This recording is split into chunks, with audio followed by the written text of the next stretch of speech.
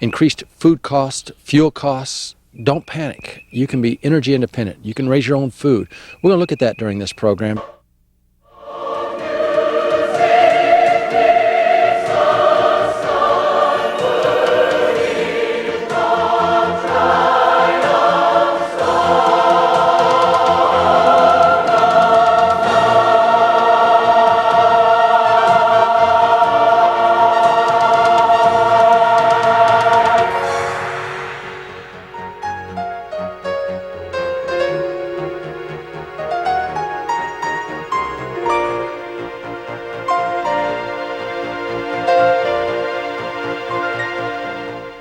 Now, in your yard, you certainly have places that you can put things of beauty, you know. For example, yeah, here's some tires, and got some things growing in. I got a man that's doing some of that. Well, let me talk to this man that I have with me here that's doing some of these things, that's actually putting food in just about every corner and just raising those own food. Tell everyone your name again. I'm Adam Turtle. I'm the co-director of Earth Advocates Research Farm in Summertown, Tennessee. What do you have over here? That's garlic chives. Allium tuberosum. It's a perennial member of the onion family, and you harvest the tops, which are very mildly garlic flavored. I mean, mild enough that you'd enjoy it in salads or sandwiches, and much less of the garlic breath that's attendant on using the tubers. Also, you get the benefit of very nice white flowers in the late summer. So it's a good permaculture type plant in that you harvest and then come back and harvest again and again. What strikes me is that you have such variety. You have this here. Over here we have some, just a little patch, I think 27 potato plants right here. Back behind us over here, these are some kind of...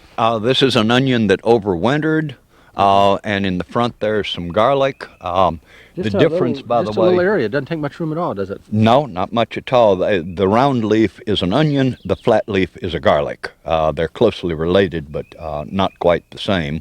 So you eat all this stuff? Yes, sir. Mostly. Now, we grow some things for fertilizer, like the crimson clover. I see you make a lot of use out of your tires.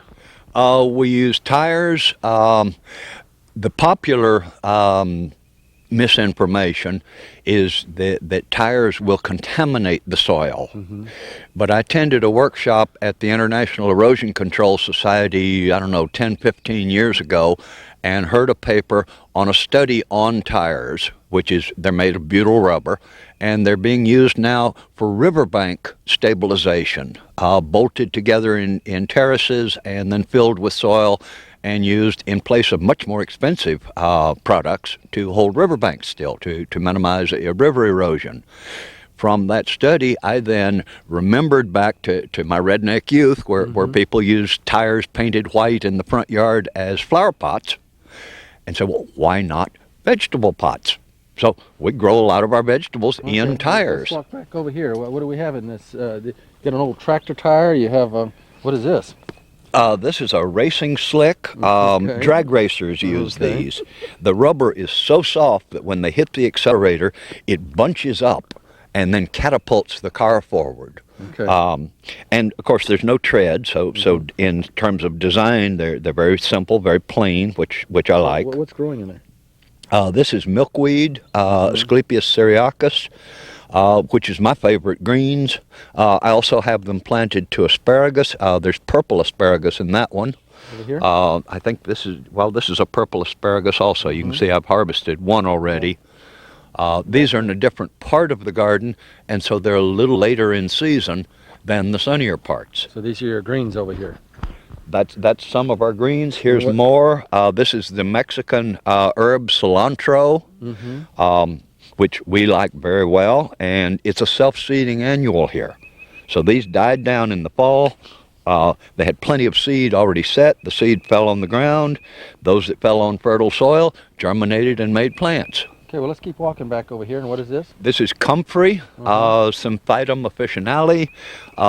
It's one of the few green plants that has significant quantities of vitamin B12. It's almost like you have your own vegetable department out here that you're going from section to section like you do in the grocery store, only you're picking yours and you just continue to be able to eat it. Just about. We try to plan for year-round yield and or yield of enough that can be stored to carry us over the winter. There's quite a variety. In this bed just downhill of us, Right here? you've got a huge diversity Okay. in the bed. Okay. In this corner over here is oats. Okay. Now, we're not growing a lot of oats for grain, obviously, but the oat greens are also used for clarifying water, and I have a number of ornamental ponds. So I'll harvest the greens to put in the water to clarify it. What do you mean clarify it? The algae colonize on the straw, Okay. and your water becomes clearer. Okay. I don't know how to explain it past that. This bed is mixed vegetables. We started it very early. All of these are frost tolerant and somewhat winter tolerant. So this bed's been planted for probably about 6 weeks or so. Okay. I'm guessing we set it out mid-March or thereabouts. Some oats. You got beets. We've got oats in the southeast corner, in the northeast corner. We've got beets. And for them, I just scratch little short furrows and put my seed in, and then after the seed come on, you thin them to get your spacing so that you end up with big beets and not a bunch of little ones. Okay. Then we've got some long season onions here that are direct seeded.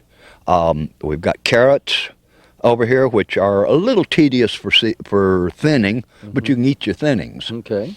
And then there's spinach, some very nice spinach.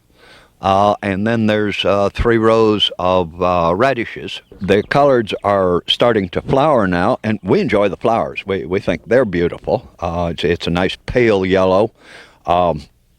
And this will give us fresh seed for our next season. By keeping our own seed, we also step out of the monetized loop, because more and more the seed companies are being consolidated and taken over by big multinational corporations. And once they control the seeds, then only the best sellers will even be offered. So it's very important to support small seed companies, and where possible, to grow open-pollinated varieties that you can keep your own seed. If you do this over a period of years, what you do is you develop what's known as a land race. You take your seed always from your best plants, those that have the qualities that you want. And over time, you're helping them evolve to be ideally suited to your situation, to your weather, your soil, your rainfall patterns. And if it's plants that you like, we eat a lot of potatoes. I love collards, beets, carrots, all of these things. Then they're going to get used. We also mix in a lot of flowers. Here's an annual larkspur, which is it's one of the self-seeding annuals. And in the fall, when the ones we have are ripening seed, we'll cut the tops and go around to places where we want some next year. And we'll just drop the tops on the ground, and next year the plants appear. So it's an integrated thing, but it's a challenge, it's an opportunity, it's a meditation, it's therapy, it's prayer, all rolled into one, and it's fun. Recommend it. Okay, in this bed, Susan, I've got some of my seedling tree peonies, some of my breeding, and 2 of them flowered this year. Both of them were single whites, which is fairly common, but there's an excitement just that they're from my running around with the paintbrush and daubing pollen from one flower to another, and they make excellent Christmas presents. So my family tends to get plants that I've raised. Some of them rather expensive plants, but they didn't cost me a lot because I raised them. So it's a good way to take care of your gift calendar as well. In front of them, I've got cabbages. Those were put in about 6 weeks ago, and they're coming on well. I see there's a runt in the litter. We've mulched here with straw, wheat straw. You see there was a lot of weed seed in it, but I'll take care of that later. And the mulch keeps the rain from pounding on the bare soil, from washing it away. Also keeps it from germinating seeds. Also keeps the sun from evaporating the moisture in the ground. So mulch is really important. You asked me about this plant. This is what's called a mole plant. It's Euphorbia. I can't recall the species. Has a milky sap to it, and rodents don't like to dig in the dirt around it because of this milky sap, which can cause a contact dermatitis. Some people have a response as well. But in the meantime, it's a pretty plant. It'll self-seed. It's interesting, and I have less rodent problems. Oh, down in the far corner there, the tallest plant is a hollyhock. One of the old-fashioned hollyhocks, the singles, the old farmyard strain. So we like to mix flowers and vegetables and everything all together, kind of like in real life. This bed is in onions now. These are from sets that we purchased mail order, whereas the other bed was in seedlings that I had grown off.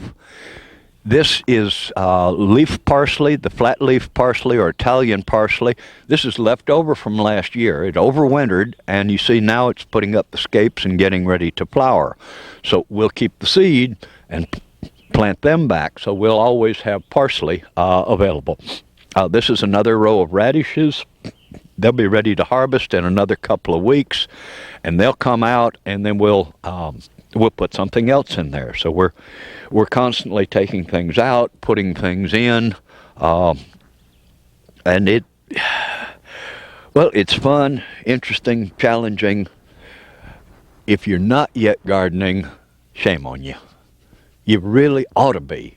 If nothing else, you're missing one of life's great pleasures. I recommend it. And the dirt will wash off of your hands. The blisters heal, the bug bites go away, and you're left with food and memories, and you have improved the soil. So give it a try. You may have noticed all these little holes out here in the pathways. Those are made by skunks digging for grubs and worms. And we like to think, oh, well, skunks are not important. We forget that skunks are major rodent eaters, as well as eaters of things like yellow jackets. Now, most of you may know about yellow jackets. It's a ground-dwelling miniature hornet, and they're mean. And there's a whole bunch of them in these holes in the ground. And in late summer, if you happen to walk by and they're in a bad mood, you're in trouble. Well, skunks find them and eat them. So the old way of getting rid of yellow jackets was to locate a nest and then pour a little honey near the entrance. The honey attracts the skunk takes care of the nest, you've solved your problem.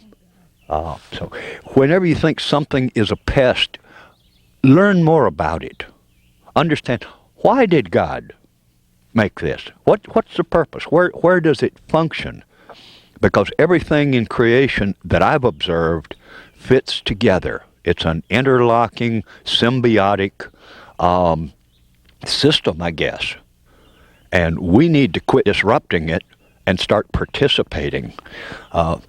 This next bed here is in mixed greens. You see they're a little bit on the dense side, but we can eat our thinnings.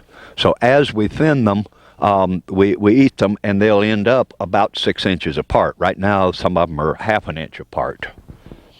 These have been in, I think, about 3 weeks, maybe only 2. And they'll be there for, another 6 weeks maybe, and then they'll be gone, and something else will go back in the same space. Over here, these are onions that I grew from seed in the greenhouse, and then 2 weeks ago I set them out. You see the spacing there in the neighborhood of 4 inches apart. On the trellis here, in a couple of weeks when we're a little warmer at night, then I'll put squash on the other side of the trellis. Last year that trellis was in beans. Next year it'll be in tomatoes. Mm-hmm. So by rotating our crops, each crop takes something different out of the soil. If we rotate them, we don't mine the soil. It doesn't get depleted in one thing. You may have heard stories, I know I have lots of them, people in East Tennessee farming corn, and they'd say, we cleared the land, and the first year the corn was 15 feet tall. We've been farming now for 15, 20 years on that same piece of land, and this year the corn was only waist high. Why is that? Well, it's because they took everything that the corn needs out of the soil, and the corn is starving to death.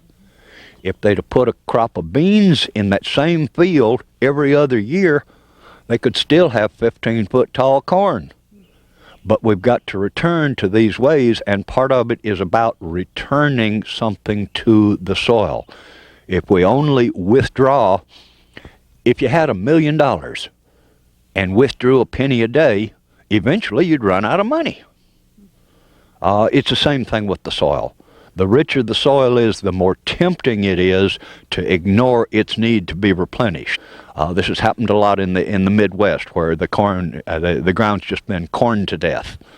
Well, we need to change this. We need to regain our consciousness of God's processes and start mimicking them and obeying them. These are laws every bit as much as thou shalt not kill. Sue and I are both involved in permaculture, and we were getting up in years when we bought this place in 1991. And so for the first 10 years or more, we were just building infrastructure. There wasn't even a road for access here. There was no cleared land at all. We dragged a defunct school bus onto the place and lived in it for 4 years while we were building the house.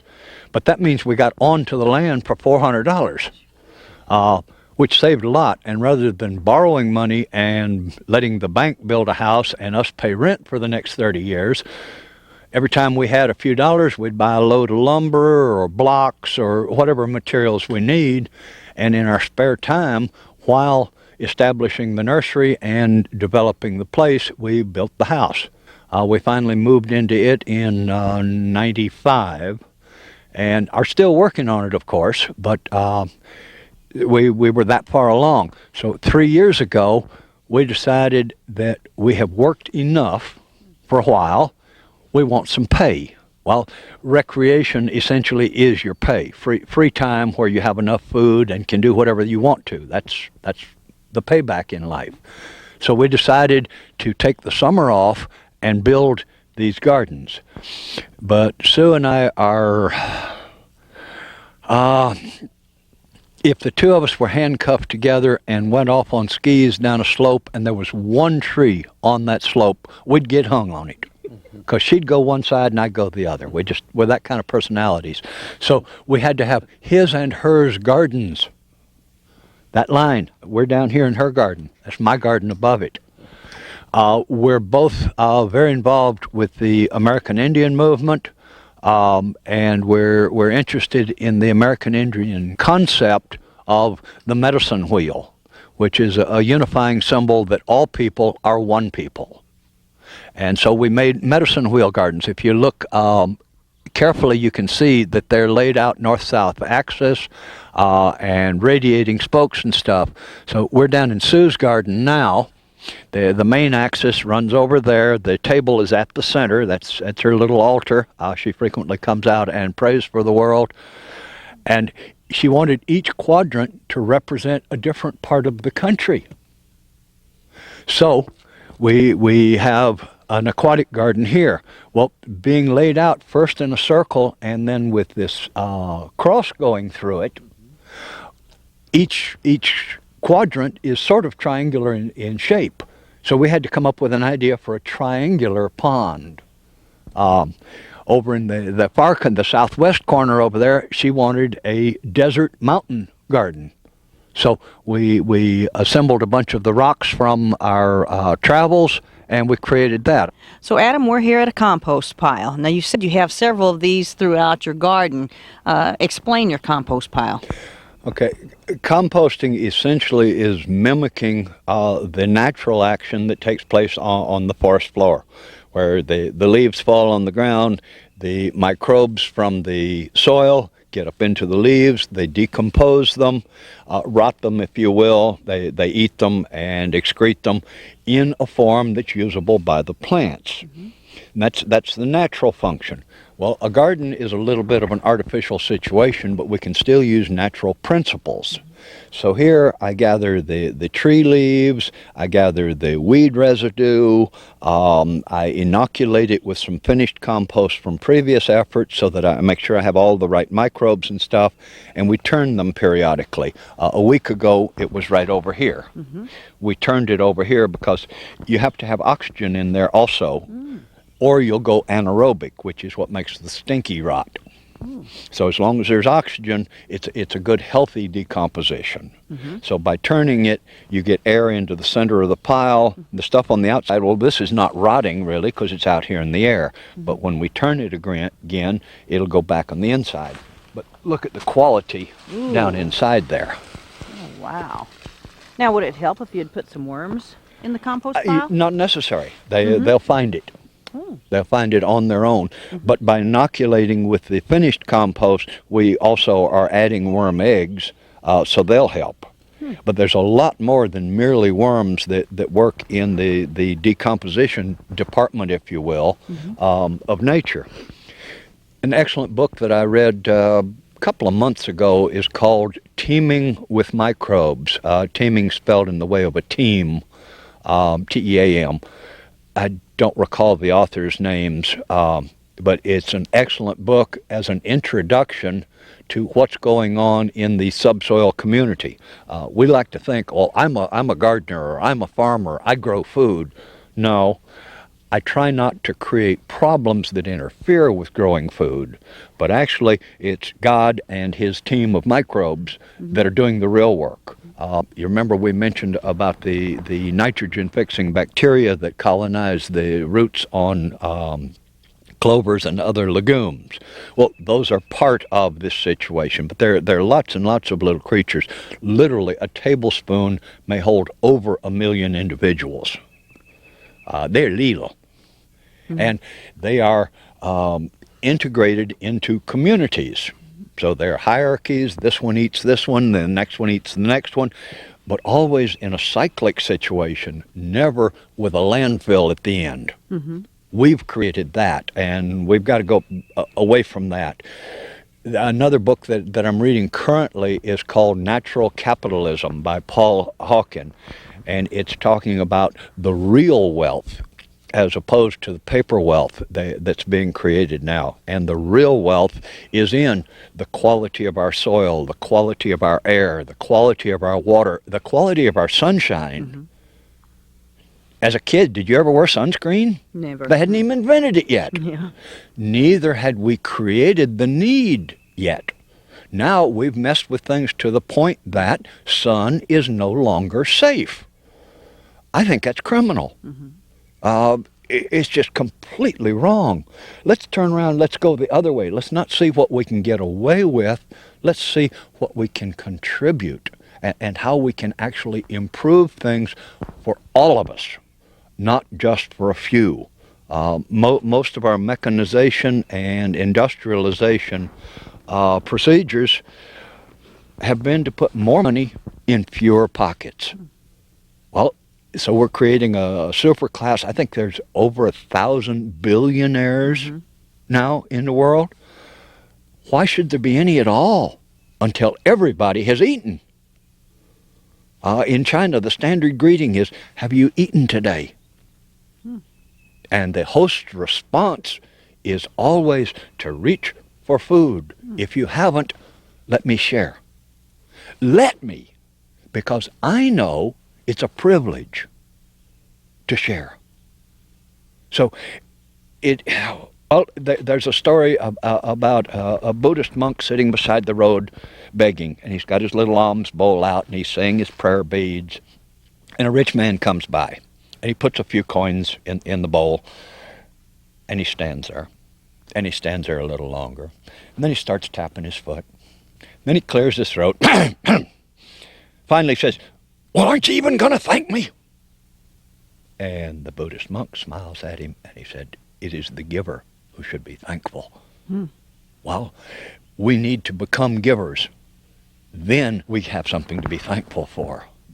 Right now, we are takers, and future generations will curse us because we have taken their wealth and used it up. When I was a kid, I can remember there was a saying amongst farmers that a rich father leaves a poor son. It's because to get rich at farming, you have to extract too much from the soil for it to be much count 20 years, 30 years later. That's how you get rich. But it causes you to be separated from the future. It just doesn't work.